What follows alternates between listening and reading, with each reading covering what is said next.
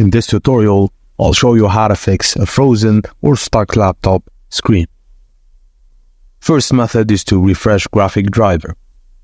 Press the Shift, Control Windows and B keys together. This will refresh your graphic driver and may fix the issue. The second method is to use Task Manager.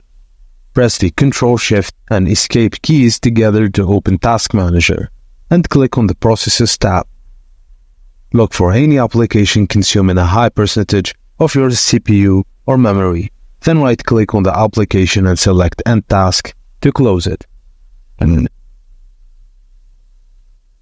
You can also disable startup applications.